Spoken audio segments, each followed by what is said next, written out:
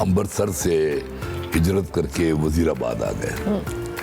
تو وہ زمانہ میں نے دیکھا, یعنی جس کو کہتے ہیں نا اخوت کا, جو انصار مدینہ سے کس طرح انہوں نے سب کو اکوموڈیٹ کیا جو تھے.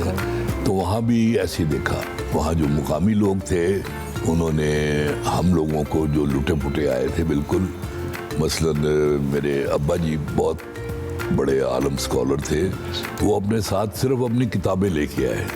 واہ. اور اس کے علاوہ کچھ نہیں تھا. لیکن وزیر آباد کے لوگوں نے ہمیں بستر فراہم کیے, چارپائیاں فراہم کی. اب اندازہ لگائیں, وہ اس وقت ایک جو اخوت کا مظاہرہ, اخوت کا مظاہرہ کیا انہوں نے بھرپور طریقے سے. اور ہمارے ساتھ ان کا, بلکہ میں نے یہ دیکھا کہ جس محلے میں ہم رہتے تھے اس کا نام تھا گلوالی دروازہ اور کوچا لیر چونیا. کوچا لیر چونیا, کوچا لیر چونیا. ٹھیک ہے. تو وہاں بہت غریب لوگ تھے, اور ان میں زیادہ تر تھے جو جوتے بنانے والے بھی تھے. اور ہمارے گھر کے برابر میں ایک کرنال کی فیملی آئی ہوئی تھی. اچھا, وہ 2-3 لوگ تھے, اور ان میں سے ایک جو تھا نا اس کا نام تھا سابو. سابو. اس کی ایک آنکھ تھی. اوکے. اچھا, لڑاکا بڑا تھا وہ. اچھا. اور مجھے ڈر تھا کہ کہیں جتنا یہ لڑاکا ہے کسی دن دوسری آنکھ سے بھی محروم نہ ہو جائے.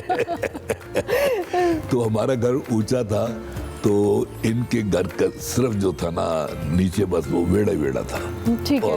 تو اوپر سے میں دیکھا کرتا تھا کہ یہ, یعنی اس زمانے میں آپ دیکھیں چٹنی جو ہوتی ہے نا وہ کرتے تھے روٹی سے کھانے کے لیے. بالکل. تو یہ ہم سب اس مرحلے سے گزرے ہیں. آپ بچوں کو تو پتہ ہی نہیں کہ ہمیں نہیں اندازہ ہم کن مراحل سے گزر کے یہاں تک پہنچے ہیں. لیکن آپ یہ دیکھیں اللہ کے فضل و کرم سے کہ وہی لوگ جو لٹے پٹے آئے تھے, ان میں سے جنہوں نے تعلیم حاصل کی, جنہوں نے محنت کی, جنہوں نے آج ہمارے جتنے بھی بڑے بڑے ادارے ہیں ان سب میں وہی لوگ کام کر رہے ہیں. سوری, یہ سگریٹ نوشی کے کرامات ہیں. اچھا, تو وہ وہاں پہ جب یہ لوگ آئے تھے تو کچھ بھی نہیں تھے, آپ یقین کریں. میں نے بیشتر کو دیکھا ہوا ہے, بہت ہی لوئر مڈل کلاس بھی کہہ لیں آپ چاہے, لیکن آہستہ آہستہ یہ سب لوگ یعنی بہت اونچے مقامات تک گئے.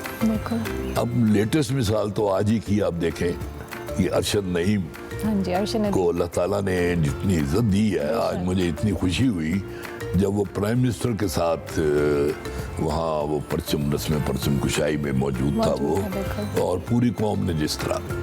تو اسی طرح یعنی ظاہر ہے میں نے وہاں سے کیا, 5 جماعتیں پاس کی, اور 6ٹھی میں پھر ہم آ گئے ماڈل ٹاؤن لاہور میں. ٹھیک ہے. یہاں سے میٹرک کیا. اچھا, ہم بھی انہی لوگوں میں سے تھے جن کے پاس کچھ نہیں تھا. یعنی مجھے یاد ہے بار اس کے بعد میں لیکچر لگ گیا, 323 روپے تنخواہ. 323 روپے. ہاں. اور آپ یقین کرو, اچھا ابا جی مجھ سے پیسے نہیں لیتے تھے. عجیب بات, حالانکہ مجھے لاڈلا تھا بڑا, شہزادہ مجھے کہتے تھے. اچھا 12, تو وہ 323 روپے مجھ سے خرچ نہیں ہوتے تھے. اور میں مشہور تھا کہ سارے دوستوں کو کہیں بھی ہیں بیٹھے ہوئے تو میں نے بل نہیں دینا کسی. مطلب آپ وہ امیر دوست تھے جس کے پاس ہر کوئی پیسے نہیں ہے تو آپ کر لیں گے اکوموڈیٹ. اور ہمارے دوستوں میں ایک دوست ایسا بھی تھا جو کبھی کسی کو چائے تو کیا پانی بھی نہیں پلاتا تھا. ایک دن ہم اس کو نا گھیر گھار کر ایک چائے خانے میں لے گئے اور کہا آج ٹاٹے کو چائے پینی ہے. ٹھیک ہے. اچھا ٹھیک ہے, پلا داں گا. وہ لگے جیسے اللہ خیر کرے کہیں یہ ہمارے ذمہ نہ لگ جائیں جو ان کے حالات ہو رہے ہیں. اب وہ ویٹر آیا تو یہ اس کو بلا نہیں رہے, اور میں کہا یہ ویٹر کو بلائیں, ویٹر کو. تیسری دفعہ بیچارہ گھوم کے چلا گیا, لیکن وہ پھر میں نے زور سے کہا, میں کہا جی بلاؤ کی کرتے پہ ہو. پھر اسے آہستہ سے کہتے ہیں ویٹر. وہ جب آیا ویٹر اسے کہتے ہیں چائے پینی ہے. بہرحال تو میں یہ بتا رہا تھا کہ خود میں اپنی بھی مثال دے رہا ہوں کہ 323 روپے لیکچرشپ. اچھا اس کے بعد پھر وہ میں کالج جوائن کر لیا میں نے, 4,500 روپے وہاں سے شروع ہوئی. اور اس کے بعد میں ایسوسیٹ پروفیسر ہوا اور اس میں ظاہر تنخواہ اور ہو گئی.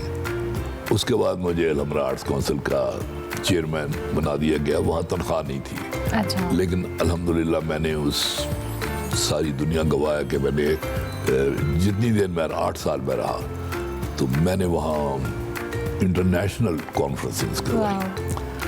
اس کے بعد مجھے انہوں نے پی ٹی وی کا چیئرمین بنا دیا. اب دیکھیں نا, وہ بالکل ایک کچھ بھی نہیں تھا, آہستہ آہستہ آہستہ آہستہ وہاں بھی میں نے الحمدللہ کام کیا. 2 سال بعد میں نے استعفیٰ دے دیا وہاں سے اپنی مرضی سے. پھر کچھ عرصے کے بعد مجھے ناروے میں امبیسڈر لگا دیا گیا.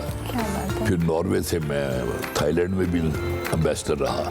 میں آپ کو صرف یہ بتانا چاہتا ہوں کہ جو لوگ لٹے پٹے وہاں سے آئے تھے اور جن میں جو ٹیلنٹ تھا انہوں نے اس کو یوٹیلائز کیا انہوں نے. لیکن اس کے ساتھ ساتھ یہ بھی ہے کہ بہت سارے لوگ جو وہاں سے آئے تھے انہوں نے جعلی الاٹمنٹیں بھی کروائی انہوں نے. اور اس کے علاوہ ایک طبقہ بھی ہم پر مسلط ہو گیا, اور یہ طبقہ جو ہے میں ان کا نام بھی نہیں لے سکتا, مجھے آپ کی طرف سے اجازت نہیں ہے. میری طرف سے نہیں, مجھے تو خود اجازت نہیں ہے. تو یہ اجازت والا معاملے میں تو میرے ہاتھ بھی بندھے ہوئے سر. تو نتیجہ یہ کہ قائد اعظم نے جو خواب دیکھا تھا نا کہ یہ قوم وہاں تک پہنچے گی, بہت آسانی سے پہنچ سکتی تھی جو رستہ انہوں نے بتایا تھا. لیکن یہاں کچھ تین طبقے ہیں جن کو میں کہتا ہوں ذمہ دار, بالکل, اور وہ 3 طبقے ملا کے پھر ایک طبقہ بن جاتا ہے. ایسے ہے. تو اس کی وجہ سے ہم لوگ وہ ترقی نہیں کر سکتے. اور آج بھی ہم سٹرگل کر رہے ہیں. آج بھی ہم سٹرگل کر رہے ہیں. لیکن اب دیکھیں نا آج کل کس قدر جو غریب آدمی ہے, میں تو سچی آپ کو ایک بات کہوں میں کہ میں جب یہ میرا ڈرائیور مجھے گاڑی پہ لے کے آتا ہے نا, یا جو میرے گھر کی جو میں معاون کہتا ہوں, میں ملازمہ کہتے ہوئے میرا جی نہیں چاہتا, اسے میں کام کرتے دیکھتا ہوں میں, تو میں اپنے آپ کو ظالم محسوس کرتا ہوں. میں کہتا ہوں کہ یہ ساری دنیا میں ہوتے ہیں, ڈرائیور بھی ہوتے ہیں, میڈ بھی ہوتی ہیں, لیکن ان کو پورے رائٹس ملتے ہیں. یعنی میں جب امریکہ میں تھا تو وہاں جو ڈرائیور تو رکھنے کا سوال ہی پیدا نہیں ہوتا, پول جاؤ. ہاں بالکل. اچھا وہاں برتن بھی خود ہی لوگ صاف کرتے ہیں, خیر وغیرہ وغیرہ. تو وہاں وہ میں نے دیکھتا تھا کہ جو ٹیکنیشین کو بھی بلایا نا وہ کار پہ آتا تھا اپنی. اسی طرح جو مزدور ہے فرض کریں, اس کو جو 2-3 اس کی بنیادی ضرورتیں ہوتی ہے ہر انسان کی. جی جی. کھانا ملے, رہائش ملے, اور ان کی ایک اور بھی ہوتی ہے کہ وہ پینے پلانے کو بھی ملے. وہ ان کی یہ تینوں ضروریات پوری ہو جاتی تھی, وہ بڑی خوشی سے کام کرتے تھے. ہمارا تو مطالبہ ہے صرف روٹی کا, عزت سے روٹی کھائیں. وہ بھی نہیں ملتی ہے سر, وہ بھی نہیں ملتی. میں نے ایک لکھا تھا ایک مزاحیہ کہ ایک غیر ملکی سیاح کا سفر نامہ لاہور. اگر کوئی غیر ملکی لاہور آئے اور واپس جا کے سفر نامہ لکھے تو وہ کیا لکھے گا؟ تو وہ پھر میں نے اپنی طرف سے یعنی وہ کہتا ہے کہ جی یہاں میں پاکستان میں آیا تو ہر شخص عزت کی روٹی کی بات کر رہا تھا, مگر میں نے کسی کو کھاتے نہیں دیکھا. اچھا کہتا ہے میں وہ گانا سننے کے لیے گیا تو میں نے اسے کہا تم اتنی خوبصورت ہو تو تم فلموں میں کام کیوں نہیں کرتی؟ کہتی مجھے فلموں میں کام کرنے کی کیا ضرورت ہے, اللہ یہی عزت کی روٹی دے رہا ہے. ٹھیک ہو گیا.